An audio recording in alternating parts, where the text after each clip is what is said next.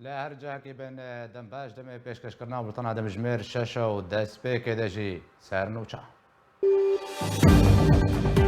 جگدارن جوانن شورشگرین سر به پگکو کجک 14 سالی لعمود راباندن 4000 در بدرن حفرین لشهباید انجام تقین بومب کچان دیده بریندار بون رای کپتن شنگالی کتواری بجی کرنه دو 6000 پولیسین فدرالی در باسینا و شنگالی بون جماره دوشبوان لروجاوای کردستان به ویروس کرونا روزانه دزیده بونه ده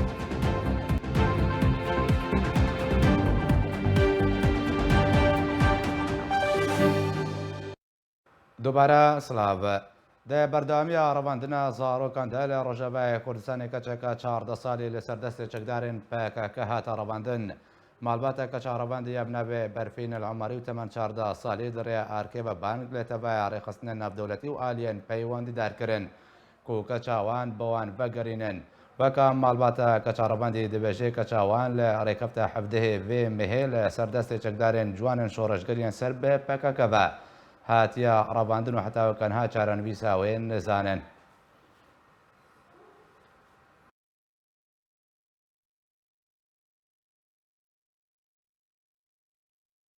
روجو مهل سر رواندن و لشکرکردنا بدهان زاروک و جوانین جیر 18 سالی جالی پککو ریخستنا بنابه جوانین شورشگریا به سر و درباز بنوهین جی چارنویساوان دیاره لروجاوای کردستانی رواندن و لشکرکردنا زاروک و جوانین جیر 18 سالی جالی پککی و جوانین شورشگریم به سر و تبلیغاتکردنا وی دیاردەیە مەترسیدار ژاریە جوواک و تەفگەرا کوردی بە بەردەوامە فرانیا وان زارۆکان ji masên xwendinê têne dûrxistin û paşa roja wan bin pê dibe. Hevdemî destpêkirina danûstandinên Kurdî li Rojavaya Kurdistanê di navbera NKSê û Partiyên Yekîtiya Niştimanî Kurdî de careke din PKK û ciwanên şoreşger yên bi ser ve bi dihan zarok û ciwanên jêr 18 salî ku piraniya wan keçin revandin û leşkerkirine. Herwiha tevlî destpêkirina qonaxa duwem jî ji wan danûstandinan hin jî revandin û leşkerkirina zarokan berdewam e li gor piraniya çalakvan û çavdêrên siyasî jî dibêjin ev diyar de divê demê de bi armanca têkdana danûstandinên Kurdî û yekhelwêstkirina tevgera Kurdî tê encam dan. Di vê derbarê de Rêbaz News karî navên bi dihan zarokên li bajar û deverên cuda cuda yê Rojavaya Kurdistanê û kampên koçberên Efrînê li devera Şehbayê ya ser bi gundewarê Helebê ve hatî revandin bilgebke. Navê wan jî li gor deverên jî hatî revandin ev in. Slêman Mihemed Hebeş, devera Şehba, gundewarê Helebê. Leyla Bozan Ramadan, Kobanê. محمود مصطفى كوباني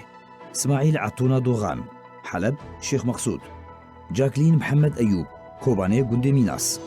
جودي عدنان محمد قامشلو جيهان شيخ محمد سليمان تاخا أشرفية حلب دجوار خليل جمعة كوباني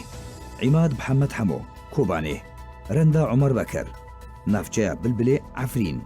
صباح بشير حسو تل رفعت سيدرا عبد السلام حاجي قامشلو أمل عبدو بلبلي عفرين سمير عبد الرحمن زنكي عبدو طاخة أشرفية حلب فتحي محمد عمر كوباني لينا عبد الباقي خلف تلكرم دربيسية أحلام مسلم حسين سفتك كوباني غزال محمد مصطفى عيسو سفتك كوباني كوثر علي عبد الله جريسبي هيفين فهد غيبي قامشلو ريناس زهير تيلو قامشلو ديار فؤاد أحمد قامشلو روان عمر عليكو قامشلو محمد عيسى منير عفرين جميل إدريس تلقراح حلب بردواميا رواندن و لشکرکردنا زاروکان جالی PKK و ریخستنا بناوی جوانین شورشگر یا بسر و ددمکی دتی و چند جاران YPG و YPJ و حسدی جی ریکفتن بنتوین یگردیره دریا فرجینا گامباره لسر قدغه کرنا لشکرکردنا زاروکان و سربسبردانا زاروکین هاتنا لشکرکرن انجام دانه سرکرده حسده مظلوم عبده سوز دابو کو اوی وی پرسگریک چاره سر بکه لیهنجی اف پرسگریک و دیارده ماترسیدار بردوامه ایشو آزارین بسادان مالباتین کرد زیده کرنه هفدمی کو گلک راپورتین رخصتنین مرووی خواجهی و نافدولتی ناپابندیا وان آلیان بقدغه رواندن و لشکرکرنا زاروکان تکز دکن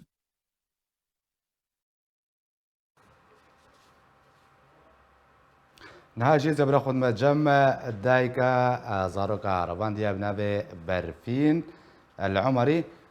ماهين ابراهيم لقلمنا دايكا كاتشارباندي خانم ماهين دمباش ئەگەر دەست پێکێدا بەحسە چاوانی ڕەباندنە کە چاخوا بکێ بە چ ڕەنگی هاتە ڕەباندن بە چ ڕەنگی وەکەکو وەبخوا ژارکێرە دایزانینیش پێشیان مالێ هاتی ڕەباندن ئەگەر بەحسا شیرۆکە ڕەباندنە دەست پێکێدا بکێ کچکامê navê wê berfîne roja sêşemê saet 1:30 ji malê hevalek wê û hevalekî wê hatine wê birine. چاوە ینی پێشیان مالێکە چک بوارە بەرێ تەلەفۆن کرد بوو گوتبوون وەرن یان بخوا هاتن ڕەباندن یانی ڕەنگی ڕەباندن پێشیان مالێ چاوە کەسی نەدیت دجادێدا ئەکید کەسێکیش جادێ wê nedît berî çend rojaş xwa xwe gotibû ez ê herim xwa xwe dûrakê gotibû henek dikim gotibû ez ê tevî hevala bim dûr gotibû henek dikim xwa xwe gotibû ez ê derkevim hewşê ez ê ana vegerim û çûne me vegeriya باشە پشتی چ قاسی وەزانی got telefon jêr hat berî derkeve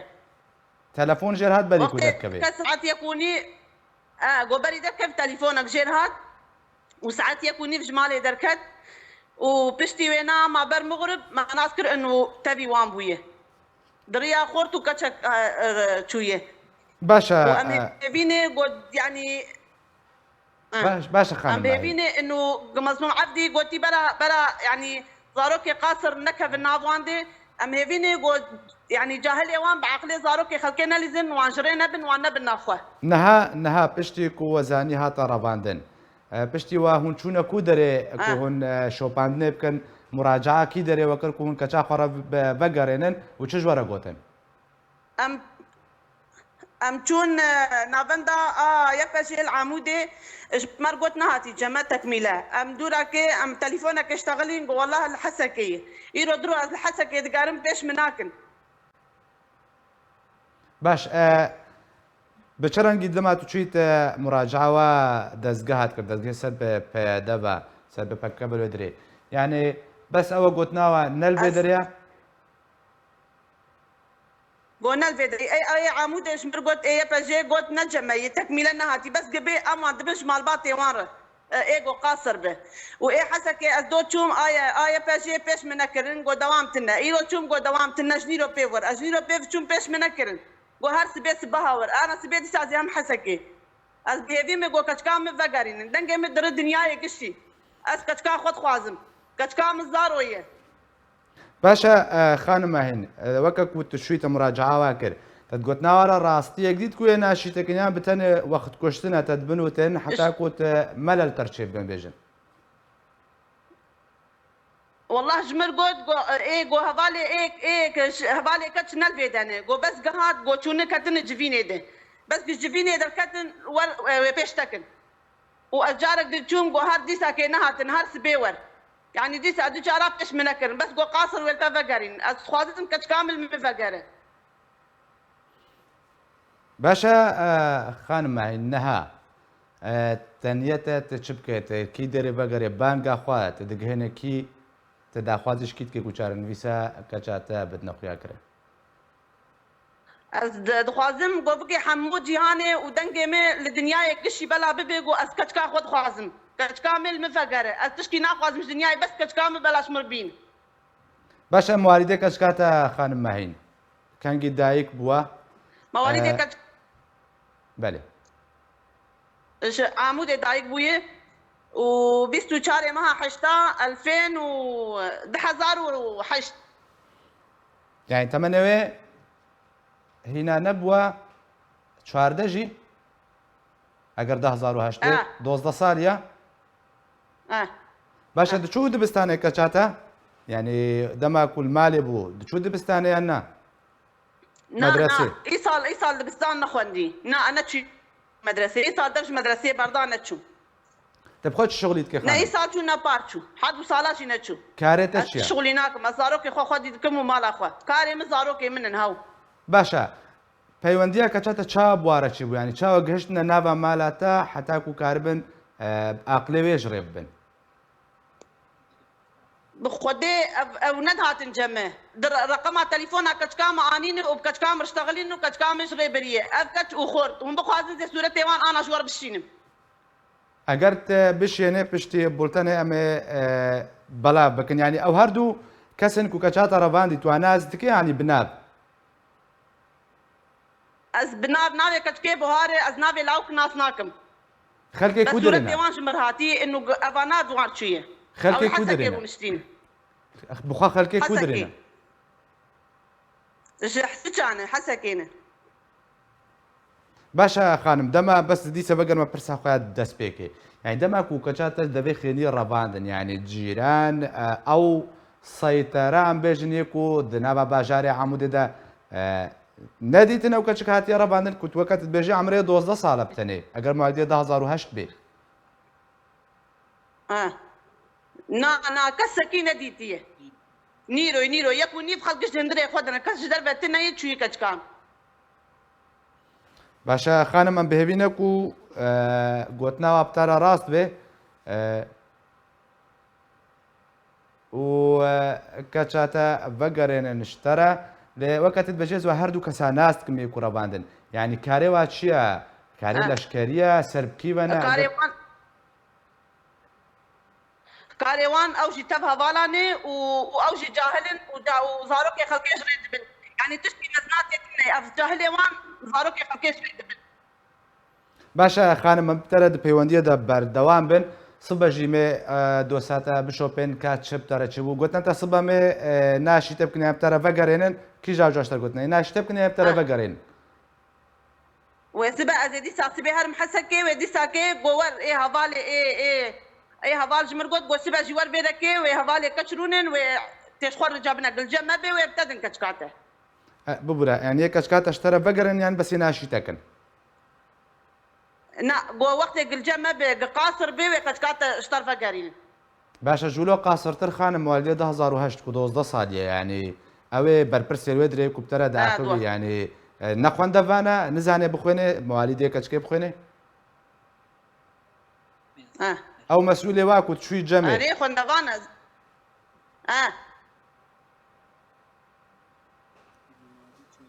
مما رأيك أشون بالي مواليد إيش مستن دفتر عالي بيش يكري جو أبايا زاروية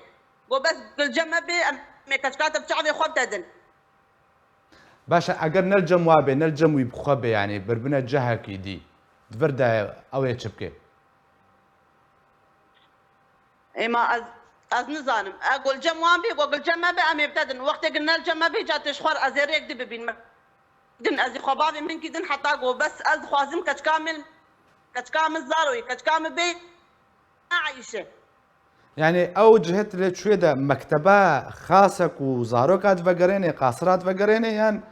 چ بووەوانە ئەف گوتن شتەرەکردنەک وت سبە بەگەرێ نابێ ئەگەر ناونیشانایە بدێ من نابو نشاناوي دايا بجي جل بيجن جو ايج قاصر بن وامي وافقا مش مال باتي وار بس قلنا قاصر بن ايج وبخاز وجمع بمينه یعنی ئەگەر نەها کەچاتە قاسرە او نابن دايا بجي بێژێت ئەسپتەرە نابەگەرم یەجەم خۆهێلن وجم خبيل وقت كتشك شقي مرتا خوني وجم خبيل بس اتواثقم جو قزام من ببين ويفقر مالي باشە مادەخوا کا ئەو بریارە و مەزلوم عەبدێک سەر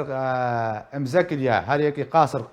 18 ساڵی کەمتر بێ وێ بەگەرێ ئەگەر بێژێزێ بمێنم ژیت بێ بەگەرێ یعنی دڤەردەوەکە کوت دێ خویاکردن تێم ئەلتیزام وێ دوێ قەرارێدەنینە یعنی بێژنەتە ئەگەر بێژێت ئەزێ بمێنم مرجەم خۆهێلن نا جو وقت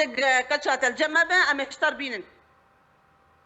جو وقت يك قاصر بام وان دبنش اهلي وان ام دوان دبنش مال باتي وان جو سبير ياخذ مخ كتشات الجمع تبع ميبتد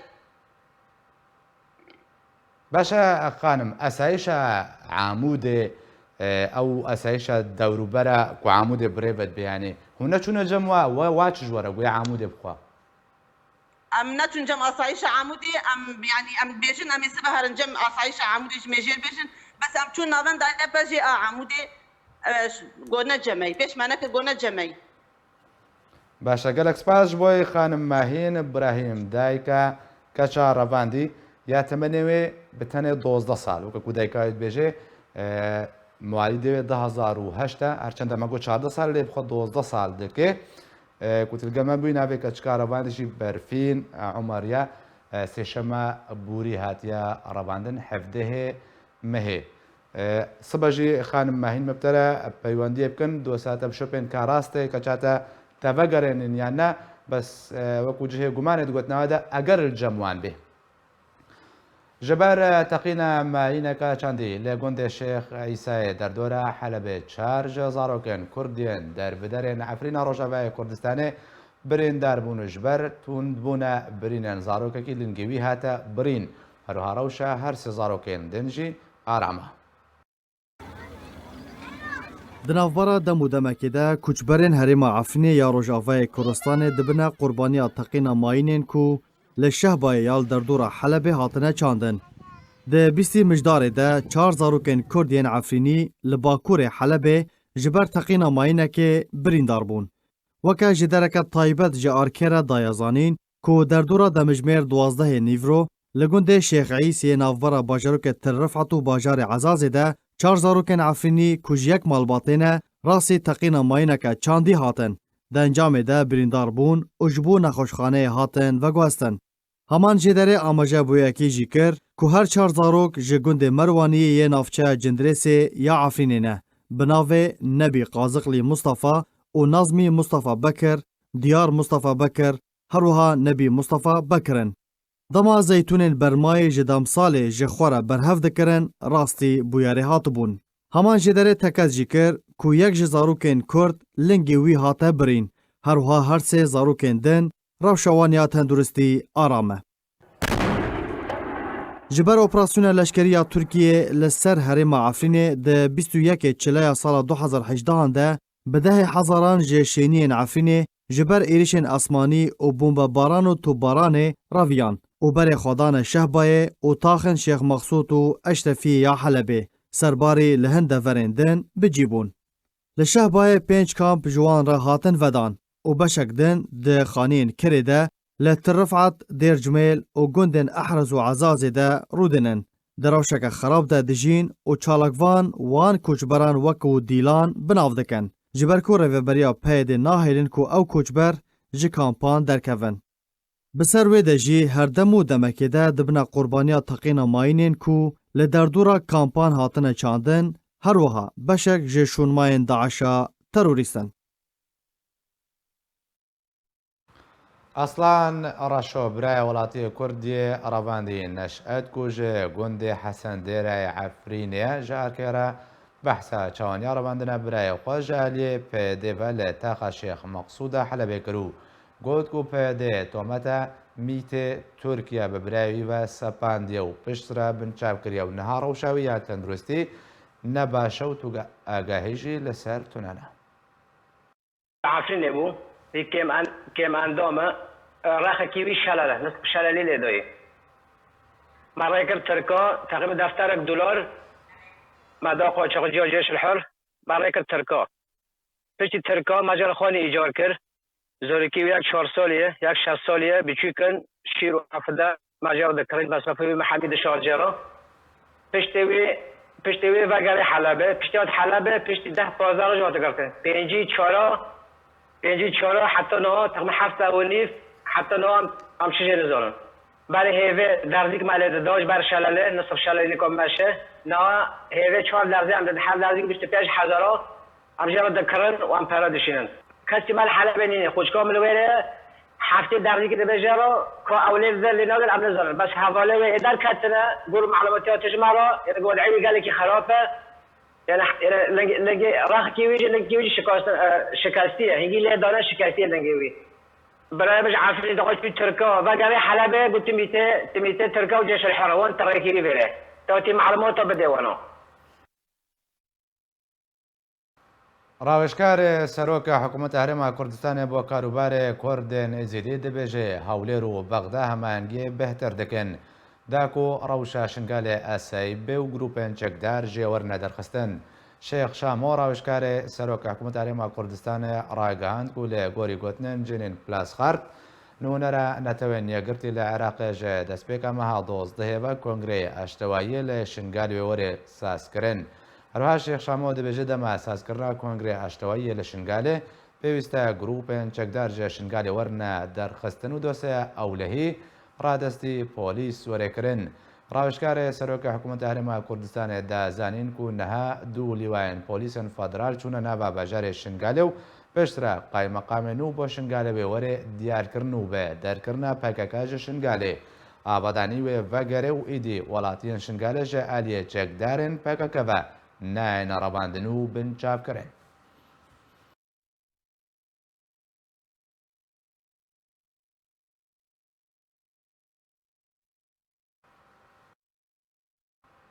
نهاجی زەبرە خودمە جەمە ڕۆژنەمەڤان ڕائد غانم کوبخە خەلکێ شنگالێدا کۆمڕۆناهێ بهتر بخنە سەر چاوەنیە بجیکردنا ڕێککەوتنا شنگال و دەرباسبوونە ئەنگۆچوونە پۆلیسێ فەدرالی بوونە بە خاکە شنگالێ کاکڕائد دەم باش ئەگەر دەستپێکە دێت بەحسە چوونە پۆلیسێن فەدرال بوونە بە شنگالێ بکە ژمارەوە چەند بوو سەر بەیەکی بنە و لە چ جەهەکی بەڵاو بوونە و پۆلیس زنار پاس هەرچەندە هەیڤک لەسەر ئیمزەکردن یانجی ڕێککەوتنە ناوبەرە هەولێر و بەغداد سەر ئاساییکردنا ڕەوشە شنگالێ دەرباس بە دوهی سێ لیوایەن پۆلیسێ ئەتیحادی کوبسەر حکوومەتە فەدراڵە عێراقی ڤەنە بەرێ خۆدان باژارۆکێ شنگالێک و هژمارەوان 6,000 پۆلیسە ji دوهی وەرە گەهشتینە شنگالێ هەرچەندە ناوە سەنتەرێ قەزایە شنگالێدا بەڵاو نەبووینە لێ لە سەردۆرێن قەزایە شنگالێنە نەهاژی وان پۆلیسە دەست بە جیهگرتنێ کردیە و ئەوژی جهێ فەرقا پانزەیە سوپای عێراقی ئەو فەرقا خۆڤەت کشینە و پۆلیسێ ئەتیحادی عێراقی جهێوێ فەرقا ئارتێشە عێراقی دەگرە ئەم بێژن ji ناحیە ڕەبیعە بڕیار وەسایە هەتا گوتگەهیتە حدودێ طرێفاوی ناوبەرە سووریا و عێراقیدا ئەف پۆلیسە جیه بگرن و دە هەمان دەمێدا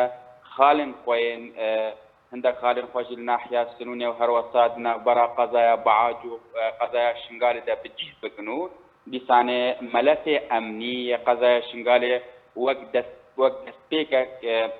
کوچاودێریە مەلەفێ ئەمنی بکەن لە دەستپێکێ و پشتی هینگێ و وەستا بڕیارە لە گۆر زانیاریان کومە ژە قەزایە شنگالێ بدەست سەستین هەرچەندە دڵخۆشی ئاگاداری هاتناوان بوویمەوە من دیپ چوونجی کردیە و بڕیار وەسایە و مەلەفێ ئەمنی قەزایە شنگالێکی بکردێت دەستێ پۆلیسێ ئەتیحادی یا قەزایە شنگالێ بگشتی کو ئەبژی پێنگاوە ئێکەیەژی جێبەجێبکردنا ڕێککەوتنا ناوبەرە هەولێر و بەغداد ئامادەبوونا UN سەر ڕێککەوتنا ئاساییکردنا ڕەوشە شنگالێ باشە ڕائد تەگوت و پۆلیسێن فەدرال لێ بکەمنە جهێ ئارتێشە عێراقیدا هەشدا شعبی و چەکدارن پەکەکە و تەبایە گروپێن بیانیان بێژن ئەو دەرکەتنە ji nava bajaran yan jî hê li cihê xweman û polîsê federal tenê dewrûbera bajaran belav bûwa. Keke zinar yani carê hêşta ew polîsê itihadiyê ku hatiye şingalê zanî meselê eskerî yani wext pê divê heta ku cihê digirin û meqeratê xwe datînin û dîsanê kadilkê derê bi cih bin carê hêşta karûbarê xwe dikin yani ew polîsê hatî çekekî pir giran li gel wan e دیسانێ ئۆتۆمبیلên gelek pêşkefdî yani ev hemû imkaniyatê baş berê xwe dayîne qezaya şingalê û dîsanê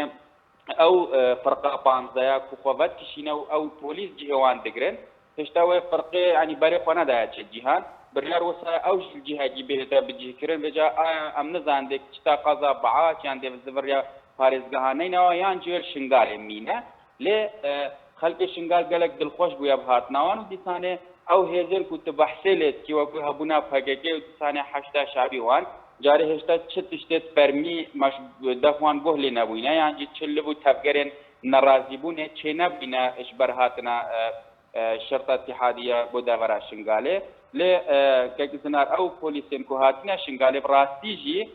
ئەس بەهوارم هەر کەسێکی لڤینێ بکەیان تژی وان ڕاستە ڕەنگە شەڕ و بدەش بەرکۆ هەموو ئامادەکاریەکی هاتینە شنگال بە هەموو ئامادەکاریەن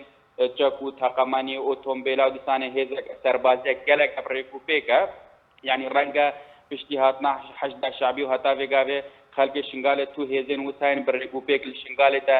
nedît bin lewa jî hatinawan bûye mijare here gerim bi nava xelkê şingalê te ev yek ji bûye cihê dilxweşiya xelkê şingalê xelk dixwaze her çi zûye ev rêkeftina li hemû aliyekî bikevête warê cêbecêbkirinê de yani افنگاوی که حاجی بجی کرن خیلی بخوازه کو ایدی قایم شبیه دست نشان کرنو ربرن ناحیه جن هر سه ناحیه سنونه و كاكرا دنگتا بشكينا بزلاليتي قلب كبا جهه خطي دا داكو تلفون بدنگ بزلالي وري دنگ درسته؟ نها دنگ باشا كاكرا دفر دا نها اگر بيجن تقول كو او بوليس فدرالي عراقي هاتي بالتبايا آمدكاريان هاتي اگر شرجي وريكرن آمدنا الشر ليكجي خالن ريكفتني كاكرا کو جنابه شنگاله 1000 کس و جنابه دردرن 1500 کس اوجی تبلی پلیسن فدرال بن اوجی تبلی ابونیان و نوکا با ورنه تومار کرن یعنی او کنگی خلک شنگاله خو کنگی دست به پاراستنه باجارن خوب کن هشتا او پلیسن کو بحث ته کرل بهت نابلوان بهن تومار کرنو کو خلک دوره بن هشتا پنگاب ناوا کمپا ده هر چنده گلک خلکی شنگال خونی ویسا جناب خطو مارکرین علیه چیزی فرمی اش خلکی را دیار نبویا کو خلک بکاویتاد ناوا ام بیجن نا پولیسن اتحادی انجیر این پولیسن دیجین ان ناوا باجر ده لخلک جاوریت که جاوری نابن خونه کنابد واندر کبنو بچنه معسكرات ورنا تدريب كرن يعني شراهنان كرنو عشان تبلي هذن عراقي ببني نجيب شرطه ببن شرطه اتحادي وفارسنا تبرا خو بكر اللي هاتنا بوليس اتحادي لواء 4 وبين جو حفته كزناد يعني الفاظ فرق زان بكو لواء 6 هشتنا فواندنينا يعني دول لواء صد صد هشتنا شنغال لواء حف این دور ماندور شنغال هشتا جاره هشتا چلو تفگر نکریه لهر اوج السنور شنغاليه هشتا تشدنا بذهنا ويا لو بريار وثائق واوشي شنها حتى باشا رائد دفردا برسك هيزا عراقي وهيزا بيشمركي كردستاني لقولي ريكفتني اول كودري بلا ببن الدار دورا شنغالي بهاف بشيد نابا شنغالي ده او رنجي بلا بونا ويبش رنجي بي كاك زنار يعني جاري انها بريار وثائق پلیس اتحادی ملف امنی شنگاله بگیره دیسانه پاراستنا ملف امنی کو ارکسر ملت حکمت عراق فدرال پاراستنا قضايا شنگاله شؤون الداخلي ام بيجن اركا السر حكومة عراق فدرال دیسانه وصابريارا پاراستنا دفعه جلای سپاه عراقی پشمرگی کردستان ببله خلق جاورت که کجاره دسته که ده پاراستنا خلکی ورا کرن دیسانه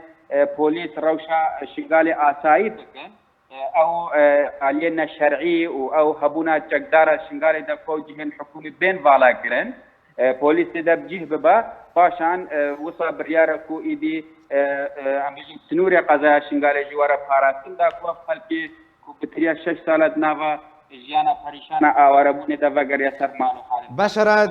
چونا و دست به یعنی جاره هشتا چو پنگاوید وسانه هاتنا آویدن کوش مرگو سپاه عراقی وگرن لی پولیس اتحادی جدهی ورسته لیوایتوان گهشتینا قضای شنگال باشا کاکرات بچونا پولیسن فدرال ناوا شنگاله او کردن زیدین د کمپین در بدریه دا اگلو کاربدان جمع چبو هرچند تا گوت کو دل خوشن لی پرسا گرینگ ورده او بخوا يعني آمادنك وفقرنا سر زيدن خوا اگر روش آساي بيان جهينا مطرسي دلواده هيا كيك جنار يعني هم هرتم متمد بيجن يعني اگر شام شكرا ولا تمروف شيرين ترى بله يعني خلق شنقال قلق جاوري ويتشنديا يعني جاوريت كنو رنقا يعني او كاربدان النف خلقي دا او بابتي هاتنا بوليس فترالي ناف خلقي دا بويا بابتا كي روشاف يعني خلقي دخوز بريان هاجر ركافتنا لسر آساي كنا روشا شنقال اتشيفنا خلق گلک و گلک جاوریه از باورم اگر اف رکافتنا دوار پراکتیک ده بکویا دوار جیب کرنے ده و پنگاف لست بهن عادتا يعني ایدی بیکو حکمت دا خوازل آوارب خوب خویز ورنا سر مالو حالین خواه جبر کو جهن مروف جهش دایبونا مروف نوکت جهن دی هرچند کردستان جی مالا مایو خلقی کردستان حکمت هرما کردستان تخصیری نکریا لی خلق دخوازه و شنگال روشا شنگال آسایی با شنگال جی وگریا با شهر ما کردستانه چونکی بهاریا خلک شنگالی ده ایدی روشا شنگالی بی حکمت هر ما کردستانه و بی هبونا کردال شنگالی ده يعني إيدي شنغال الروش تيدا آرام نابا لو أجي خلق جاوري جيبا جيت كرنا بندد فيريكا يعني فيريكا فتنية إذا اتفاقية داكو خلق بالزفرية ترمالو حالين فا يعني رنجش جديدة جلك دروني خلقي آرام بو بكك زنار يعني جبر هاتنا بوليس اتحادي بو شنغالي بواريا خلقي داكو أفا إكام خاله رکفتن نابره هولی رو بغداد کو بکهیت وارد جیب کرده و هرچند خلق خوشید بیجایان یا بره روشا امنی چه ببا ایدی روشا اداری چه نابا لواجه اگر هات و روشا امنی برفیش بچونه چو خال هاتن جیب کرن ایدی اداره کی بو شنگار بهتا دابین کرنو بهتا بیشن بارجاف کرن ایدی اداره چی وگریا سر کارن خوین فرمیل شنگاله یعنی که زنار فازم یعنی بینارا بترون بکن حتی وگه فرمانگهت ما چنگالی نزدیکی 25 فرمانگه هایا فرمانگهت ما هشت الموصلنو القضاء تلكيفنا والقوشنو القضاء الأحبرنا والقضاء الشيخاننو هناك الدوميزة فايدينا يعني هشتا حتی وگه دایرت ما حکومیان جی فرمانگهت قضاء شنگاله اگر ببیت اسناسنامه که خود داری خمس بيت سردانا موصله بکن یا قضاء تلكيفه بکن یا کجمتی پارا بدم حتی خود بزفرینم بباوريا خلق مدى هجر هاتو أفلي وين بوليس اتحادي ام بيجن فرض الأمن كرانو أمنو آرامي پیدا بو إيدي ملف أمنية شنغالي ورگردن إيدي دائرة حكوميان جي فرمانگه زورنا سرکاری خو نشان قائم مقام زوريا سرکاری خو إيدي خلق جوه هدي برای خود شنگاله که ویران یعنی باوریا خلقی داری که خبی بهار که اگر افریقا فتنه وارد جیب کرن ایدی رنگا پینگا بین آوا کرنا شنگالی جیب هینا هاویده بگشتی یعنی که زنار از فازم بیجم بگشتی روش خلق گلک گش بینش وی روشه کوی دی روش وسان نمین الشنگاله خلق جا وارد که کو بزوترین دم بکویت وارد جیب کرن هرچند وقت بید وی جی لوا کو خالا ایتی خلق گلک گش بینا و جا وارد جیب کرنا تمامی اتفاقیت کن قالك سباس جبوي روجنا فان رائد غانم كتب مرابوي قالك سباس هردم و دمك باجاري عين عيسى روجافا كردستان وغندوارن ويجالي جروبن جدار بتنا توباران كرن جروبن جدارين سرب حكومه دم كيفاج ريا ام فور كامبا البلد غندواري هردو باجارين عين عيسى وكوباني بتانكو توب خانه توباران كرن دما داوود جروبن جدارين سرب تركيا توباران لسر باجاري عين عيسى وغندواري وي بهتر كرنا كودا انجام ده كشتي و بريندار دكبه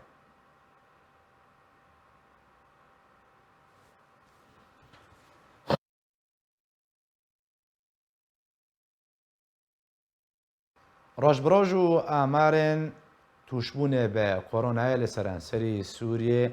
ده بلند بونه ده و لگوری داوین آمارن که هاتنه تومار کرن جمعه گشتیه کسین که کرونا کتنه 19,000 کس در باز کریا. درباس بونا بهتر جده حیوان لسر بلاف بونا نخوشه کرونا لسرانسری جهانه روز بروز آمارن کرونا لسرانسری سوریه برو بزیده بونه واده چه لگوری داوین آمارن هاتنه بلاف کرن که حطانها هجماره گشتیا پیکاتین کرونا لسرانسری سوریه 26,000 کس درباز کریه درباری داوین آمار و پیش هاتین کرونا لروجاوای کردستان روز بروز آمار زیادتر دبه و لگوری دسته تندرستی یا سر به پیاده و کد هیام 24 دمجمیرن بوریدا 98 کسین دن به کرونا کتنه هر لگوری دسته تندرستی افسر پیاده و گفتمار کرنا حالات نوی تشبیه کرونا هجماره گشتی پیکاتین کرونا لروجاوای کردستان گهشتی 6,576 کسان جوان 963 کس باش بونه و 176 کسان جی جان خوش دست دایه درباره آمار و پیشاتین کرونا لنافچه دبن دست رژیم اسد جی هجماره تشبیه گهشتی بهتری 7,000 کس پشتی تومار کردن 88 حالت نوین تشبیه به کرونا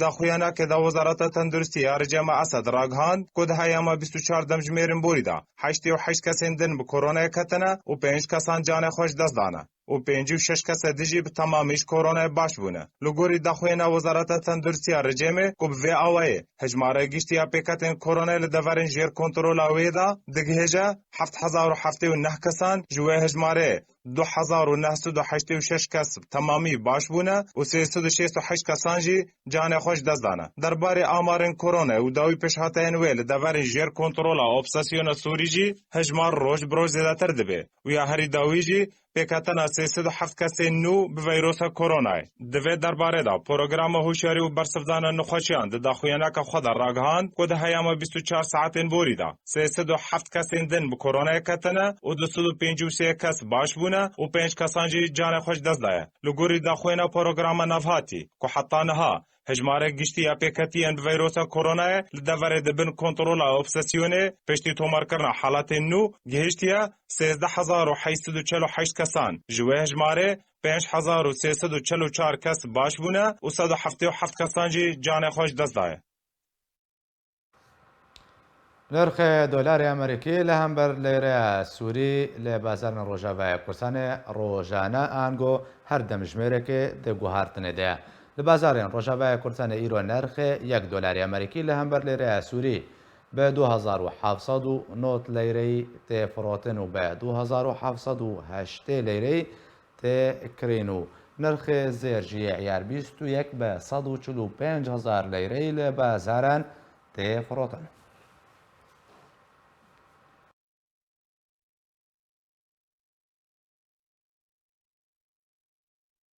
ناجی زبر خود مجم نوچگهان آرکی برزان حسین کاک برزان حتی کویرو مغرب سوکا دلار بازار دلار هرچ نابکلی تکرم بدره که هاتا گرتن دلار بچقاسی دهاتا کرین و بچقاسی دهاتا فروتن هر وهاج سر صبح حتی کو بو مغرب سر صبح دلار بچقاسی بو حتی کو بو مغرب چند جارا لزیده بو گوهارتن تیده چی بو بله کاکزنار دەمباش ڕاستیژی 2020 تا ئیرۆ ڕۆژ دۆلار وەکو گورێکی هەر جارکێ هار دەبێت ڕابێ سەرخوا بجارە دووەمینە یعنی کو دۆلار دگهێ ئاستەکە gelekî bilind ڕۆژاوای کوردستانێدا ئیرۆ سبهێت هاتە فرۆشتن بە 1,709 لەیرەی سووری بە مغرب بریا کو سوق طبعا يعني عم تاكيد دكن کو سوق رشا بتهوايجي دروجاواي كردستان دكوتي فروشتن هناك ب 1,700 ليره سوري بو كريل ب 1,700 ليره سوري بو وزير هشتا صاد وشل و 7,000 ليره سوري هل بات ابناء باندورا كمزن لسر روشا كرين وفروشتن جيدكي بازارغانيا ين باجار و باجاروكن روجاواي كردستان دا باشە کاک بەرزان لەگەر هاتنە وەرزێ زستانێ پێویستیا خەڵکێ بە کەلوپەلێن بێتر هەیە بجلێن ستور بە ئەمبێژن مازۆتێ تشتێن کو خۆپێک گەرم دەکەن یانێ دووردا ئەف بابەت بە تایبەتی گران بوونەیان نا بە چ ڕەنگی گران بووناگا گران بوون هل بزنار او باندورا كيدكي لسر ماغوجي لسر ينو فروشتنيت بازاران دا نخاسم كو ملط بتوايجي برو كرينو فروشتنا جلو برجن زفستانيا ورزن زفستانيا ابجاليكي ذا وجاليكي دين فجي كرينا يا سماديا يا بزري يكو چاندنيه هلبت تابين كرنا یا آلابن کو پی کاربن تراکتور خوا وان امورن کو پی زراعت خوشی بکن هلبت او خوانجی تی بلند کرن از دکارم تاکید بکم او جاکیت ام دبیجن جاکیت یکو تینا لخوا کرن و پارج دهاتنا فروشتن به 25,000 لیره سوری ایرو د بازرگانیا گرکه لگه دا وکو نمونه یعنی هلبت او ناکه وکو نمونه که همی گندو یان همی باجار و باجاروکن روجاوای کردستان دا هلبت ایرو دا چاکێتێک جواناکێت هات بڕۆشتن بە 54,000 لەیرەیە سوود ژبەری ولۆژی ئەو ژیانەیە ڕۆژانە بەرزان ئەو چاکێتێت بەست کرد چاکێت نووە یان ئەوکەت بژن لەنگا مستعمل ئەو ئەف چاکێت یێ نوک و ئەم دەبێژن هەلبەت ئەو ناکێژی ستینیە نه ئەو دەبێژێک و خاما وێناکێک و تێ ئێرادەیەک یان ئاستەیەک بلند ژ قنجبوونێش جوودەتێ یعنی هل بعد جبر ولوشي بهترن برانيين ين ولاتين روجافاي كردستان بري خددنا دراك ولو ام ديفيجن لانجي يعني دريكو الجلو برجن يكو حاطنا الخوكرين دو اوروبي ده يعني الالبسه المستعمله الاوروبيه جبر ولو بري خددنا ويناك بهتر او جي نرخي وانا بلند بوا لنوكو جلو برجن يكو نو تنكرين هل بت باندوراوي هبو باندوراوينا لسركرينو فرشتنا يعني بيتيفين روجاني خلكي جهانا شوال شكر ايرود بازرگانيه دا گهشتي هفته و 5000 ليره سوري هل بت باندورا كمازن دك كيلو چای گهشتي زيده 18000 ليره سوري يعني اف تشتهانا جبري بيجكو شيني وكو باجان وخيار وبطاط وبان تشتن كو روجانا كو بيتيفين روجانا يكو جانا خلكي بيوري دبار كرن باش اگه برزان تبحث پروسا چاندنیه کر کو گرانبونا دلار باندور لورجی کریا خازم بس مرن سر پروسا چاندنیه خلکي جوتکارم روجاوای کرسانه گلو دست به چاندنیه کرنا یعنی هینا چابریا بارانه کدین کو باران بباره و دلار بچرنگی باندور کری یعنی گرانبون دشته درست کریه بردا باش و تشتاكو باش كاك زنار كو ولاتين روجافاي كردستاني كو جورزي بار باش دسهلانية كربون هربت او طوفن خويك و ايصال جبركو بابجنا عردي يعني قوتي خو زاروك خوجي هلينن و تاريبون تابين بكن جورزي ايصال را او وكو قافك بيروز بو ملط كاريبو كو بكن جبركو طونا طوف جهشتا زيدي 400 دولار امريكي دسوكا رجل هلبت يعني هلبت سمات جناية تأبين كرين يعني ليد فرده برسجريكا كمظن هياج كيرا او كسن كو جود دكن يعني تركتوري واهنا الافن يكو بي امورن كو بي جود بكن او قطعي خويك وجبرك وببن تابين يعني بي تشاكساز بكن وكو بيفيايا وكو قطعي كو خراد بن براستي باندورا كتايبات سرواكربو وبهابو يعني او بلياين كو بريانها يعني او امورن كو جبر تشاكسازين تركتوري خوكو بكرن دكرين كو بار دكرين ب 12000 ايرو روج ده دكرين بسو 5000 ليره سوري هل بد وجا او ناد وقت چاندنه ده يعني اجوتنا عردا ده براسي جوي بها بكن جبر كو دفيدر سر اساس دونماتا تي يعني تي چاندن و تي يعني جوتن هل بد و ديسا باركي جرانتر به لسر ملي ولات يعني بلي زنار قالك سباس جبوين وشا قهاني ما برزان حسين جبجاري قركي لقي كتب مربوي تما شبان اجابو يا مقشنا داويا بولتاني بريب داوي هاتني دوباره سرنوچا جبدارين جوانن شورشگرين سر به پاکاکا کجاکا 14 سالی لعموده راباندن 4000 در بدرن حفرين للشهباء انجام تقينا بومبا كان ديدا بريندار بون رأي كابتن شنغالي كتواري بجي كرني دو 6000 بوليسيان فادرالي در باسينا باش شنغالي بون جماري توشبوان لروجافاي كردستان بفيروس كورونا روجانا دزيد بون ديا